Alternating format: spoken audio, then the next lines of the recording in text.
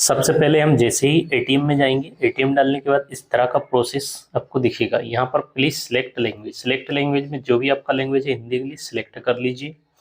इसके बाद में आपको ये वाला स्टेप मिलेगा। यहाँ पर 3 ऑप्शन आपको मिलेंगे, manage debit card, enter ATM pin और सेट रीजनरेट पिन। तो आपको बीच वाला ऑप्शन सिलेक्ट करना है, एंटर एटीएम पिन।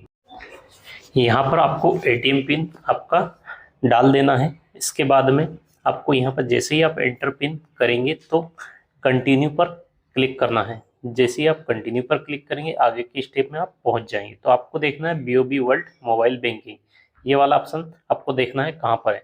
यहाँ पर आप जैसे ही सर्च करेंगे, इस पर क्लिक करेंगे तो आपको आपसे पूछेगा मोबाइल नंबर आपका जो बैंक में रजिस्टर्ड है, वो नंबर आपको यहाँ पर एंटर करना है।